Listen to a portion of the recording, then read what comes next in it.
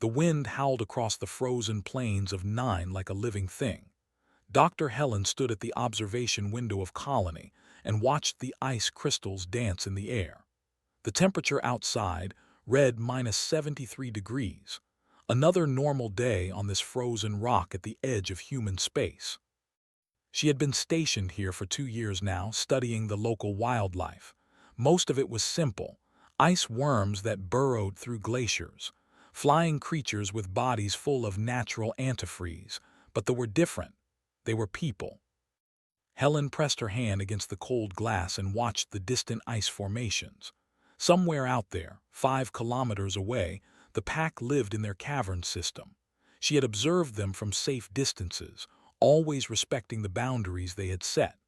They looked like wolves that walked on 2 legs, covered in silver fur that seemed to glow in the moonlight. Their eyes burned amber in the dark. The pack leader was named.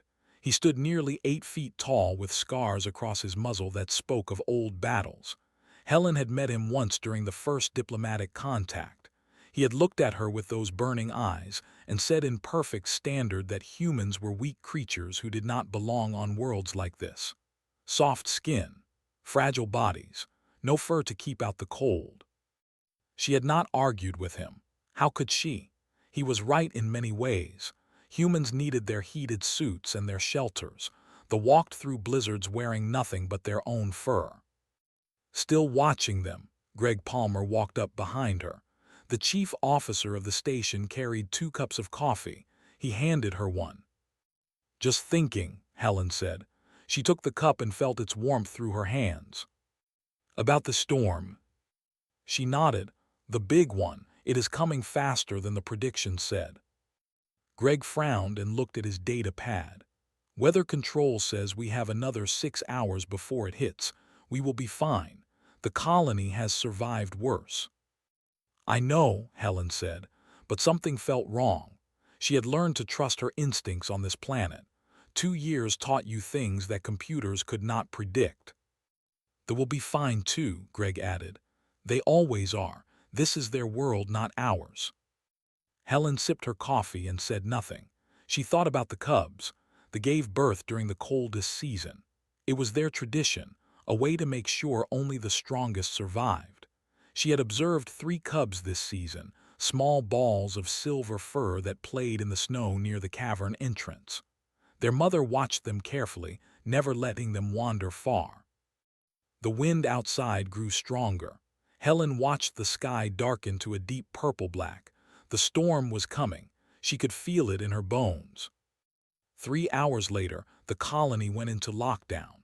The storm had arrived early, moving faster than anything the weather systems had predicted. Wind speeds hit 200 kilometers per hour. The temperature dropped to -90. The world outside became a wall of white where nothing could be seen beyond 5 meters. Helen sat in her lab reviewing her research notes, but she could not concentrate. Something nagged at her mind. The cubs, the pack, were they safe in their caverns? Her communicator buzzed. She grabbed it, expecting Greg or one of the other researchers. Instead, she heard static and then a voice. Young, frightened, speaking broken standard. "Help please, cubs trapped, ice fell, cannot reach, help." Helen's heart stopped. She pressed the communicator. "This is Doctor, who is this? Where are you?" More static, then, juvenile, name is 3 cubs trapped in old tunnel, ice collapse, pack cannot reach, too big, paths blocked, cubs will freeze, please. "Where exactly?" Helen pulled up her map of the region. 2 kilometers north, dead zone, canyon system, cubs inside, please hurry. The signal cut out. Helen stared at the communicator in her hand. 2 kilometers into the dead zone, in a storm that would kill an unprotected human in minutes. To save 3 alien cubs whose pack leader thought humans were weak and worthless. She should report this to Greg, follow protocol, wait for the storm to pass. But the cubs would be dead by then. Helen stood and walked to the equipment locker. Her hands moved on their own, pulling out the heavy survival suit, the heating units, the climbing gear, emergency supplies. She knew this was insane. She knew the odds, but she also knew what it felt like to lose a child. Her daughter Amy had died 6 years ago. Cancer.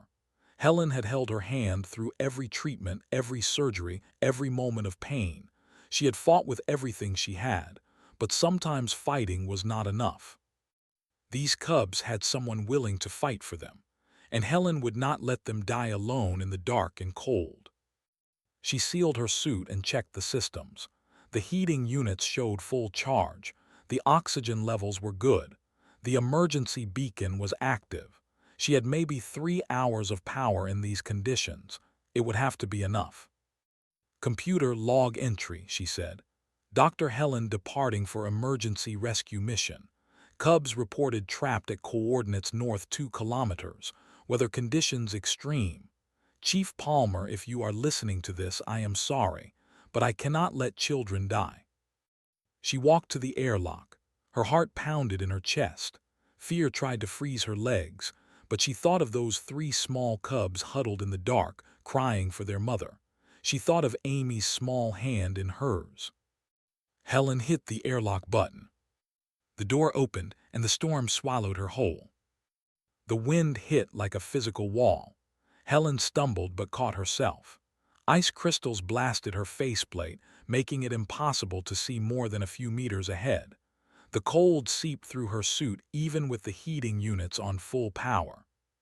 She pulled out her navigation device and set the coordinates. 2 kilometers, through a storm that wanted to kill her, to save cubs that were not even her species. But they were children, and that was enough. Helen took her first step into the white hell, then another, then another. The colony disappeared behind her in seconds, swallowed by the blizzard. She was alone now with only the howling wind and the ticking clock of her suit's power supply. Somewhere ahead, 3 cubs waited in the dark. Helen would reach them or die trying. There was no other choice her heart would allow. The storm raged around her and the ice planet showed no mercy. But Helen walked forward anyway, 1 step at a time, into the frozen unknown. Because some things mattered more than safety. Some things mattered more than orders or common sense or even survival itself. Children mattered, and she would fight the blizzard to prove it. The storm tried to kill Helen with every step. Wind pushed her sideways. Ice cut at her suit. The cold crept in through every seal, searching for skin to freeze. Her navigation device showed she had walked only 300 meters. It felt like 3 kilometers. She fell twice in the first 10 minutes. The second time, she landed hard on her shoulder and heard something crack in her equipment pack. Helen forced herself back to her feet and kept moving. The canyon system was ahead. She had studied the maps 100 times. She knew the way even if she could not see it. Back at Colony, alarms were screaming. Greg Palmer stood in the control room and stared at the tracking signal that showed Helen moving away from safety. "Get her back," he ordered. "Send a retrieval team."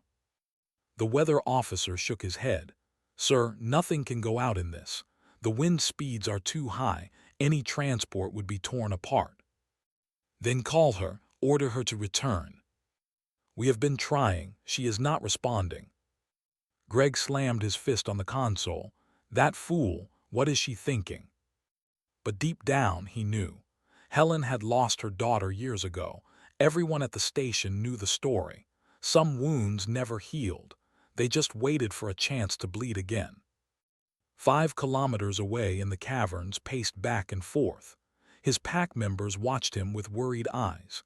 The juvenile stood against the wall, his ears flat with shame. "You called the humans," growled. "Yes, Alpha, the cubs will die otherwise. Our tunnels are blocked. The ice is too thick and unstable. We cannot dig without causing more collapse." Snarled. The 3 cubs belonged to his second-in-command, Torin. They were strong cubs with good bloodlines. Losing them would hurt the pack, but asking humans for help went against everything they believed. Humans were weak, soft. They needed machines to survive what the pack endured with just their fur and strength. "No human would come," said. "Not in this storm. They value their own lives too much." One answered, said quietly, She said she would come. She will die. Perhaps, but she said she would try. Moved to the cavern entrance and stared into the blizzard. His pack could not reach the cubs. The old tunnel system had collapsed in 3 places.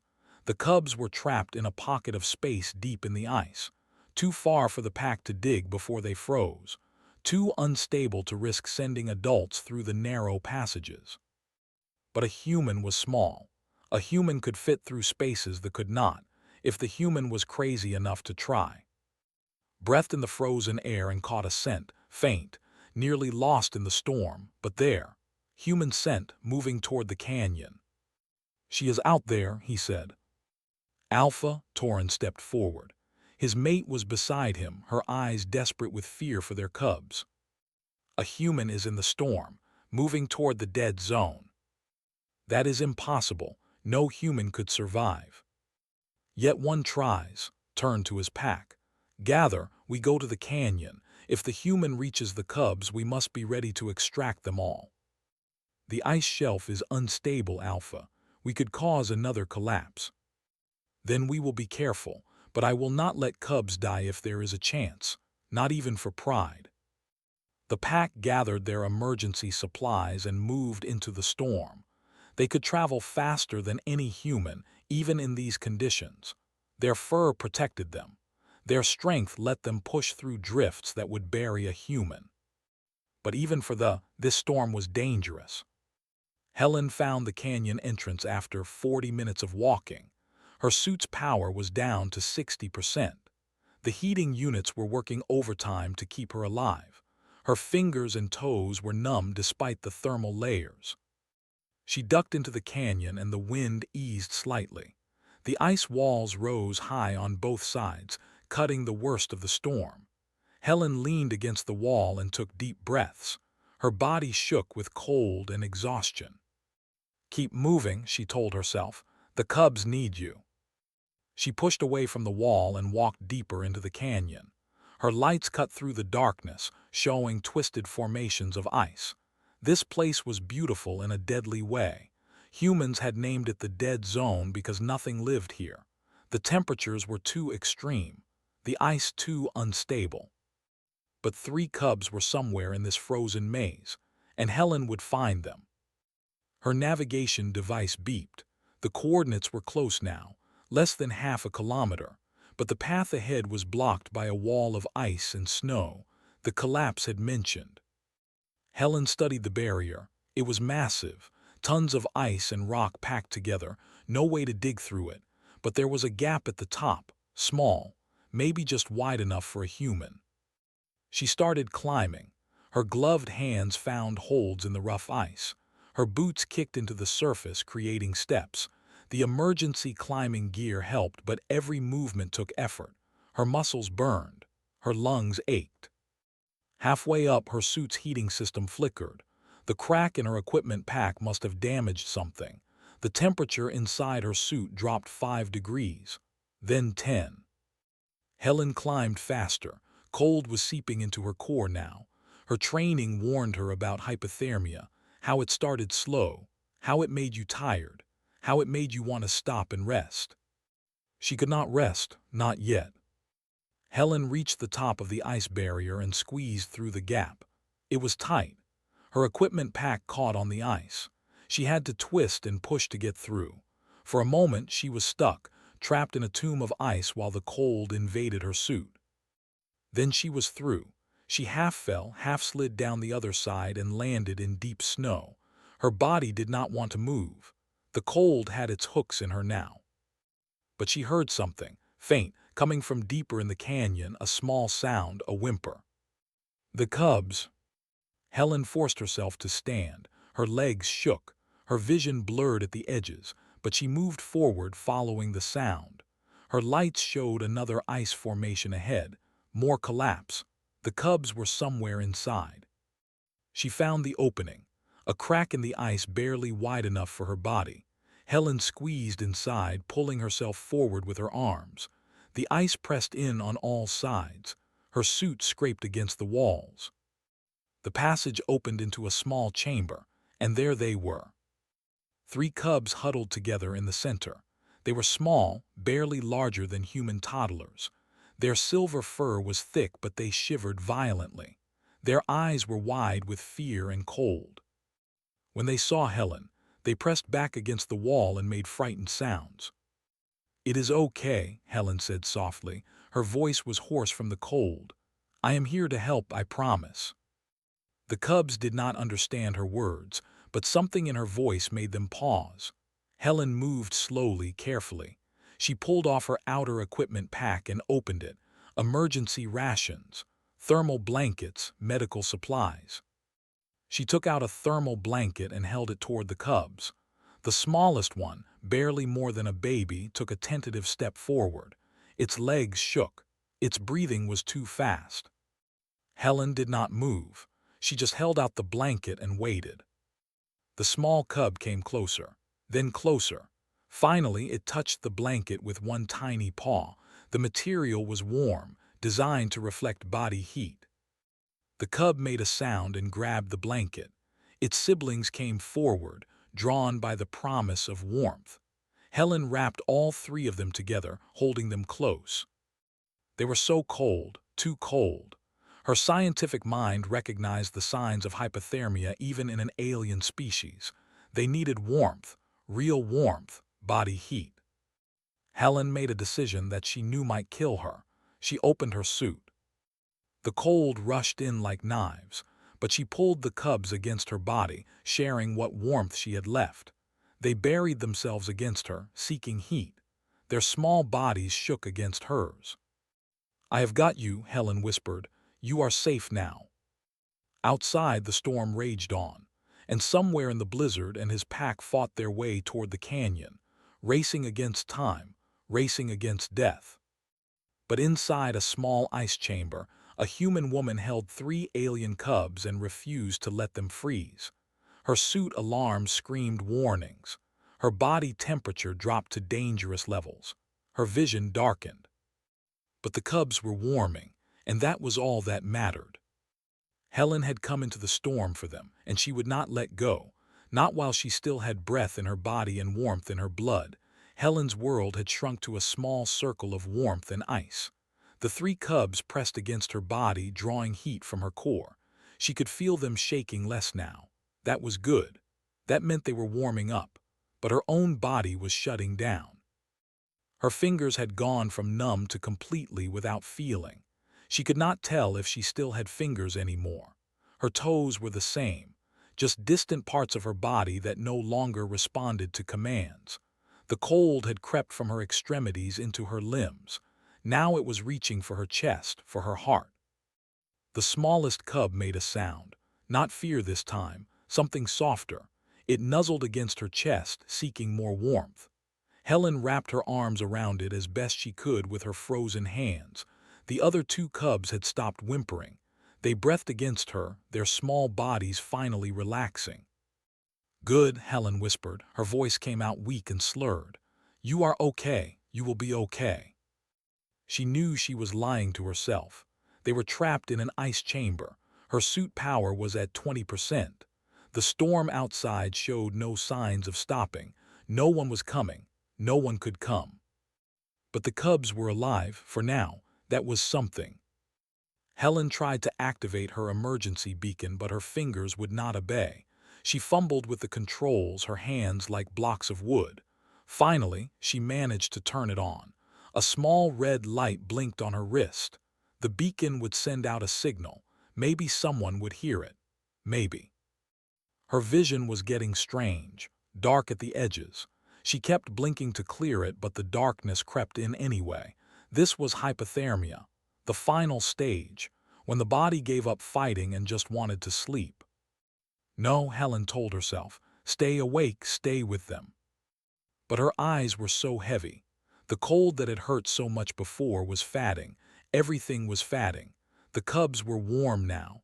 She could feel their little hearts beating against her. They would survive. Someone would find them. She had bought them time. Helen's head dropped forward. The darkness pulled at her. She fought it, but she was so tired, so cold. Her last thought before consciousness slipped away was of Amy, her daughter. waiting for her somewhere beyond the cold. Outside the ice chamber and his pack fought through the collapsed tunnel system. They moved with desperate speed, using their claws to dig through barriers of snow and ice. The scent of human was stronger now, mixed with the scent of cubs, fear, and something else, something that made push harder. "The human is here," Torrin said. His voice was rough with emotion. "I can smell my cubs." "And blood," another pack member added. "The human is injured." Did not respond. He dug with his powerful arms, throwing aside chunks of ice. The pack had found an alternate route through the canyon. Smaller passages that humans had not mapped. Dangerous passages where the ice creaked and threatened to collapse. But they were. They did not fear danger when their young were at stake. They broke through into a larger chamber. The human's beacon signal came from just ahead, through a narrow crack in the ice wall, too narrow for adults. There pointed, "The cubs are through that passage." Torrin tried to force himself through, but his shoulders were too wide. He snarled in frustration. "I cannot fit. The space is too small." "The human fit," another pack member said, "because she is small and weak." "Not weak," said quietly. He stared at the narrow crack. "Small, yes, but not weak. A weak creature does not walk into a storm like this." He pressed his muzzle to the opening and called out, "Cubs, can you hear me?" From inside came small sounds, frightened at first, then excited. The cubs recognized their pack leader's voice. "Hold on," called, "we are coming for you." But how? The opening was too small. They would have to dig, expand the passage. But the ice here was unstable. One wrong move and everything would collapse. They could kill the cubs trying to save them. Made a decision. "Torrin, start digging, carefully, brace the walls as you go. The rest of you spread out, find another way in. Check every passage." The pack moved to obey, but digging took time. Time the cubs might not have. Time the human definitely did not have. Inside the chamber, Helen's eyes flickered open. The darkness had almost taken her, but something pulled her back. A sound, deep and powerful, a voice calling from beyond the ice walls. The cubs heard it too. They lifted their heads and made excited sounds. They knew that voice. Pack, safety, home. Helen tried to respond, but she could not form words anymore. Her body would not obey her. She was still holding the cubs, but she could not feel her arms. She was just a cold shell wrapped around 3 small lives. The smallest cub looked up at her. Its amber eyes met hers. In that moment, Helen saw understanding. The cub knew she had saved them, knew she had given everything to keep them warm. It pressed its small muzzle against her face, a gesture of comfort. Helen wanted to smile, but her face was frozen. She could only look at the cub and hope it understood. "You are safe now. Your pack is here. You will be okay." The sounds of digging grew louder. Ice cracking, heavy breathing, voices calling in the language. The cubs responded with their own small voices, telling their pack where they were. Time lost meaning for Helen. She existed in a space between consciousness and darkness. The cubs were warm now.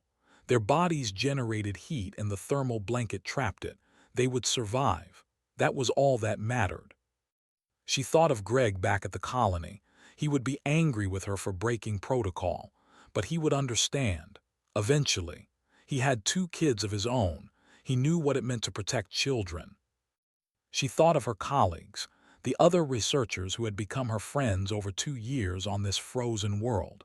They would say she was crazy. They would be right. She thought of the who had called humans weak. Would he understand why she had come? Would he see that strength was not just about fangs and claws and thick fur? That sometimes the strongest thing a person could do was walk into death for someone else. The ice wall suddenly cracked. Large chunks fell away. Powerful arms reached through, widening the opening. The pack had broken through. Squeezed through first, his massive body barely fitting. He entered the chamber and stopped. His amber eyes took in the scene before him. 3 cubs huddled together, wrapped in a thermal blanket, alive, warming.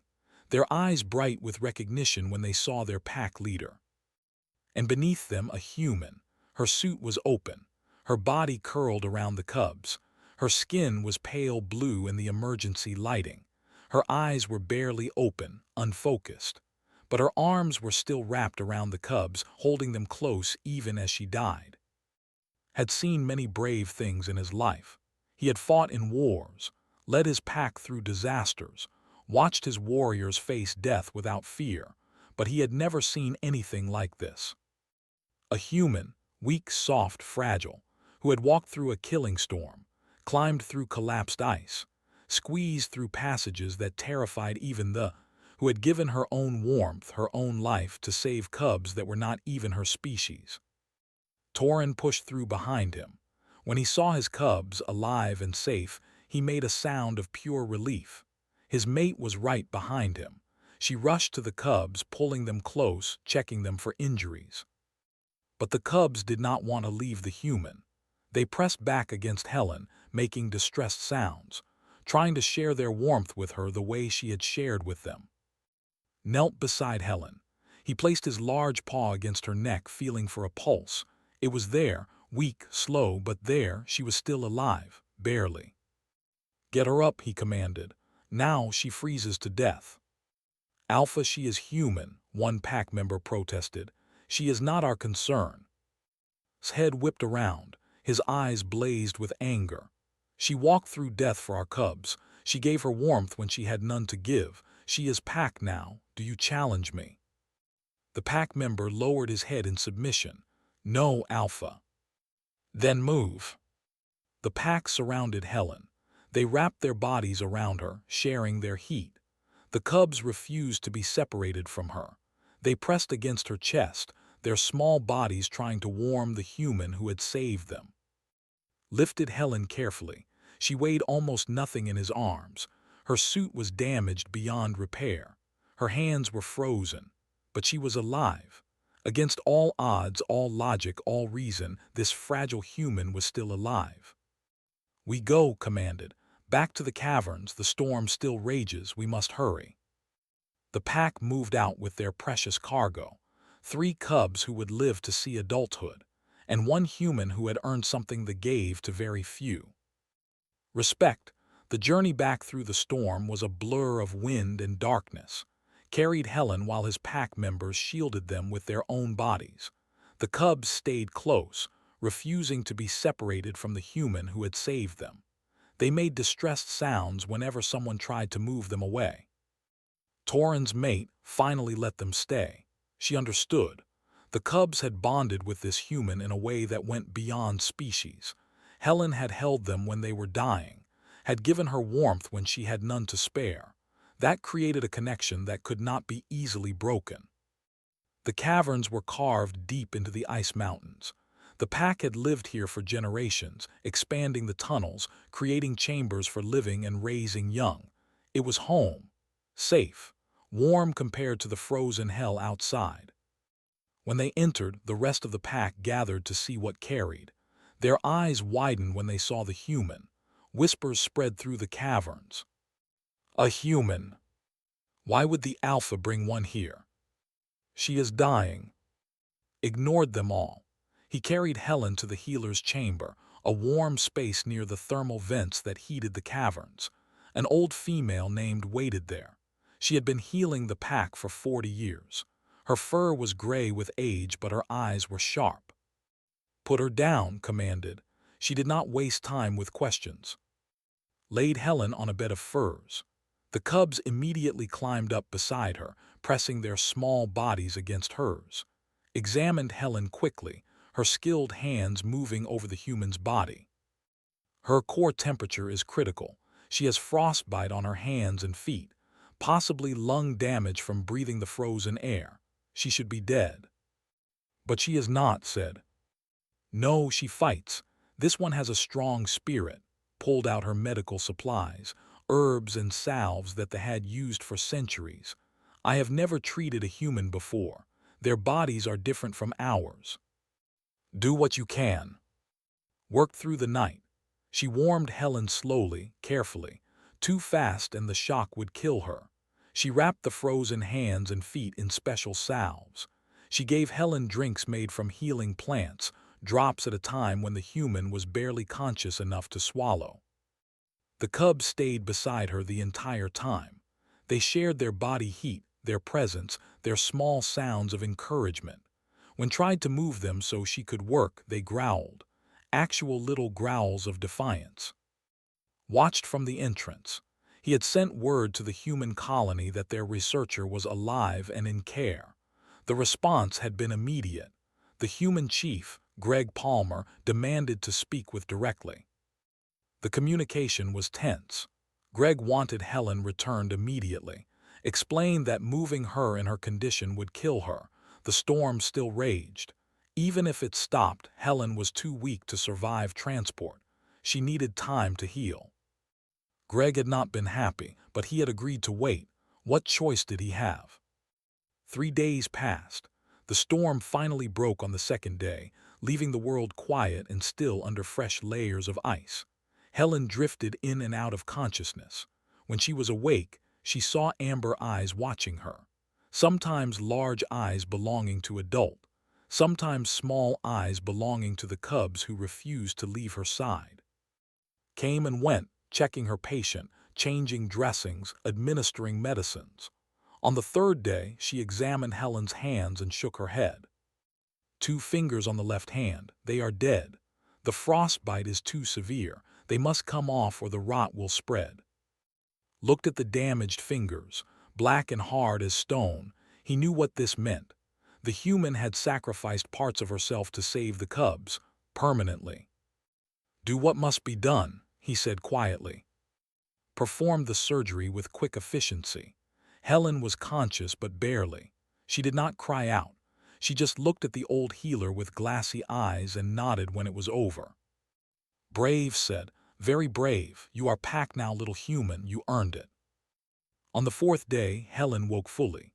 The first thing she saw was a small silver face inches from her own. The smallest cub, the one she had wrapped in her arms first, stared at her with concerned amber eyes. When it saw her eyes open, it made a happy sound and licked her face. Helen smiled. It hurt to smile, everything hurt, but she smiled anyway. Hello, little one, she whispered. Her voice was rough and broken. The cub chirped and nuzzled against her. Its siblings rushed over, climbing onto the fur bed, all trying to touch her at once. They made sounds of joy and relief. She was awake. She was alive. Entered the chamber. He had to duck his head to fit through the doorway. When he stood to his full height, he seemed to fill the entire space. Helen looked up at him and felt small, but not afraid. You are awake, he said. His voice was deep, rumbling like distant thunder. Yes, Helen tried to sit up. Pain shot through her body and she gasped. Do not move. You are badly damaged. Says you lost 2 fingers. You will never have full use of that hand again. Helen looked at her left hand. It was wrapped in bandages made from soft leather. She flexed her fingers. 3 remained. The last 2 were gone. She should feel loss, anger, fear, but she just felt tired. The cubs, she asked. Alive, healthy, because of you. The 3 cubs pressed against her as if to prove his words. Their small bodies were warm and solid, very much alive. Good, Helen said. That is good. Was quiet for a moment. Then he knelt beside the bed so his face was level with hers. His amber eyes studied her with an intensity that made her uncomfortable. Why? He asked. Why did you come? They are not your species, not your cubs. You knew you would likely die, yet you came anyway. Why? Helen thought about the question. How could she explain it? The loss of Amy, the hole in her heart that never healed, the instinct that rose up when she heard those cubs were in danger, the simple, undeniable truth that children mattered, all children, no matter what they looked like or where they came from. Because they were children, she finally said, and children deserve someone willing to fight for them, even if the fight is against a blizzard. Stared at her, something shifted in his eyes, understanding, or maybe respect. He stood and turned to face the doorway where pack members had gathered to watch. Listen, he commanded. His voice carried through the caverns. "This human Helen has done what few would dare. She walked through a storm that would kill even the strongest. She climbed through collapsed ice. She gave her own warmth, her own body, to save cubs that were not hers. She sacrificed her flesh so they could live." The pack listened in silence. "I called humans weak once," continued. "I was wrong. This human is not weak. She is strong in ways I did not understand, strong in ways that matter more than claws or fangs or thick fur."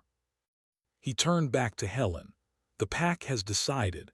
You are one of us now, not by blood, but by action, by sacrifice, by the bond you forged with these cubs when you held them in the dark and gave them your last warmth." Placed his large paw over his heart. It was a gesture, a sign of deep respect. Then he threw back his head and howled. The sound echoed through the caverns, wild and beautiful and full of meaning that Helen could not quite grasp, but she felt it in her bones. This was important. This was sacred. One by one, the other pack members joined the howl, adult voices mixing together in harmony.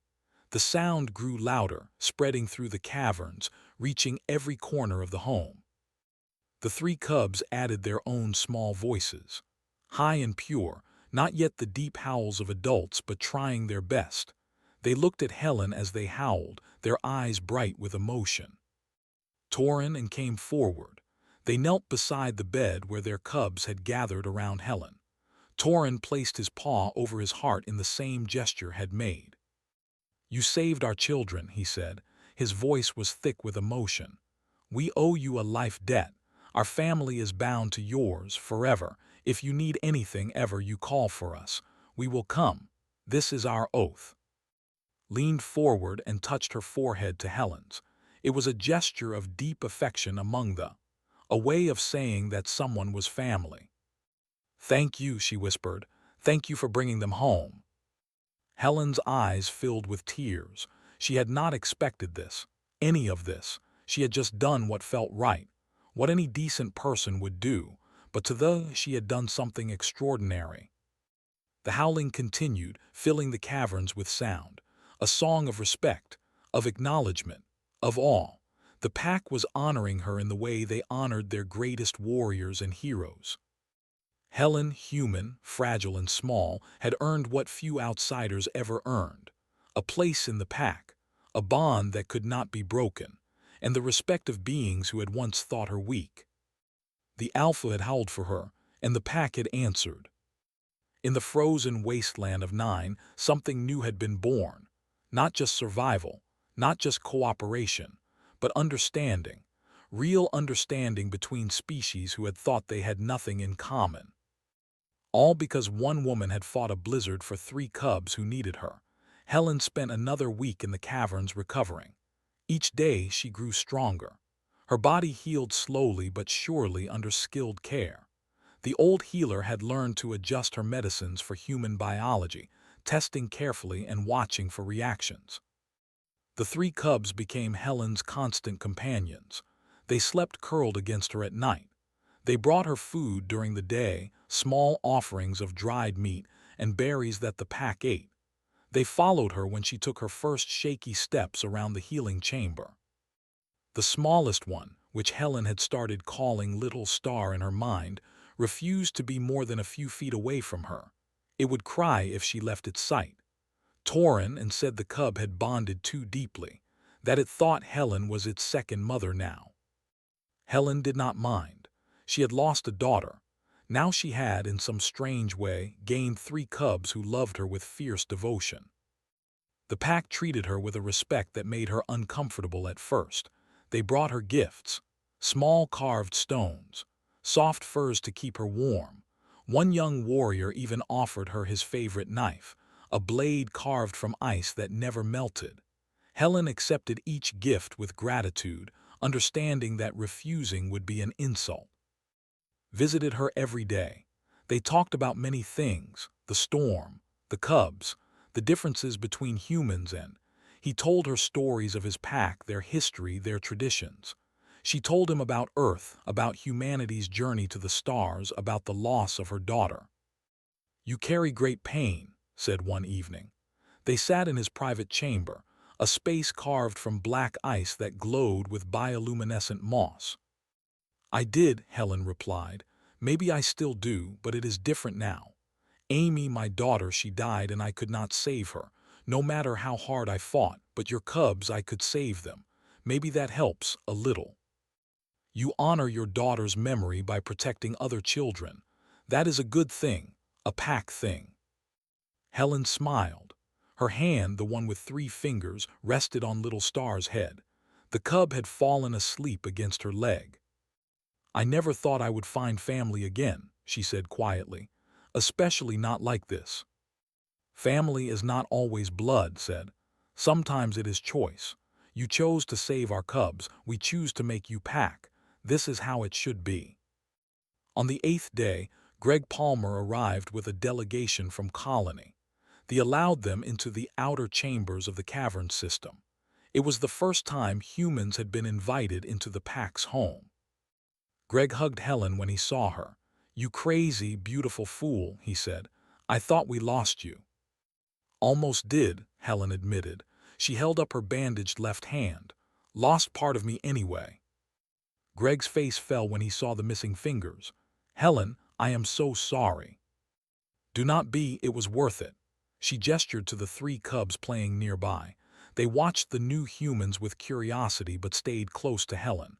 "They are alive. That is all that matters."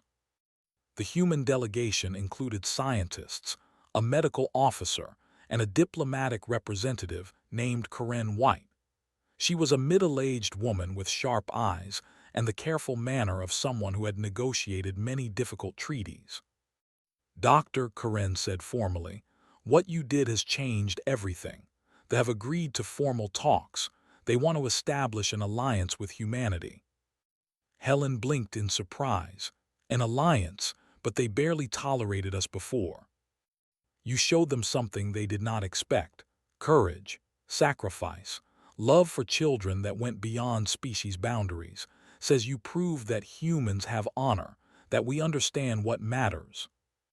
Entered the chamber with several pack elders. He nodded to the human delegation. "We have discussed this at length. The pack agrees. Humanity has shown us their strength, not the strength of weapons or technology, but the strength of spirit, the strength to do what is right even when it costs everything." He looked directly at Helen. "You walked into death for our cubs. This is the highest honor in culture, to risk one's life for the pack's young. We have seen your heart, Helen, and through you, we have seen humanity's heart. We were wrong to call you weak. We were wrong to push you away." Corinne stepped forward. "They are proposing a formal alliance, joint territory, shared resources, cultural exchange. They want to learn from us and teach us in return." "And protection," added. "We are warriors. You are scientists and builders. Together we could be strong, not just on this frozen world but beyond. There are threats in the galaxy, species who prey on the weak, who take advantage of the small colonies and isolated settlements. We could stand against them, together." The human delegation exchanged glances. This was more than they had hoped for. They were known as fierce fighters. An alliance with them would give humanity a powerful ally in this region of space. But Helen saw something else in his eyes, not just strategy, not just politics, but genuine feeling. The pack had been alone for so long, isolated, distrustful of others, and one human had shown them that isolation was not strength, that sometimes reaching out, even to those who seemed different, could create something better than either species could build alone. "What do you need from me?" Helen asked. "Your support," Corinne said. "You are the bridge between our peoples now. The pack trusts you. Our colony respects you. If you stand with this alliance, others will follow." Helen looked at the cubs. Little Star had wandered over and was trying to climb into her lap. She lifted the cub gently, mindful of her damaged hand. The cub settled against her chest and made a content sound. "I will stand with it," Helen said. "With both of you, human and, because if we can find common ground here on this frozen world, then maybe we can teach the rest of the galaxy something important. That what we share is more important than what divides us. That children matter. That protecting the innocent matters. That sacrifice and courage matter more than which species you were born to. Placed his paw over his heart. Well spoken. You have wisdom beyond your years, Helen. The alliance was formalized over the next week. Treaties were signed. Territories were defined. Cultural exchange programs were established. Human scientists would study alongside trackers and hunters. Warriors would learn human technology and tactics. Children from both species would grow up knowing each other, learning from each other. Word of the alliance spread through the galaxy quickly. The news services picked up the story. A human woman who had walked through a blizzard to save alien cubs. An isolationist species opening their doors for the first time in generations. An alliance built not on military need but on mutual respect and shared values. Other species watched with interest. They were known, respected, feared by some. If they had allied with humanity, then perhaps humans were more than the soft, weak creatures many thought them to be. The story became known as the Blizzard Covenant. Teachers told it to students. Diplomats referenced it in negotiations. When other species questioned human resolve or compassion, they were reminded of Nine, of Helen who gave her warmth to alien cubs, of a pack that howled in respect for an outsider. 3 months after the storm, Helen stood outside the caverns. The cubs played in the snow nearby, chasing each other and tumbling in the drifts. They were bigger now, growing fast, but they still came running when they saw her, still pressed against her legs and made happy sounds. Little Star was particularly attached. The cub followed Helen everywhere, learning to understand human speech through constant exposure. It could say a few words now in standard, simple words like Helen and safe and home. Stood beside her, watching the cubs play. Behind them, both human and flags flew together in the cold wind. The joint settlement was taking shape. New buildings, shared facilities, a school where human children and cubs would learn side by side. "Do you ever regret it?" asked. "What you gave up, your fingers, nearly your life?" Helen looked at her left hand. She had adapted to the missing fingers, found new ways to work, new ways to hold things. The hand was different now, but it was hers, and every time she looked at it, she remembered why. "No," she said simply, "I would do it again every time." Why? Because they were children, and children deserve someone willing to fight the blizzard. Was quiet for a moment. Then he threw back his head and howled, a single, pure note that carried across the frozen plains. The pack heard and answered from inside the caverns.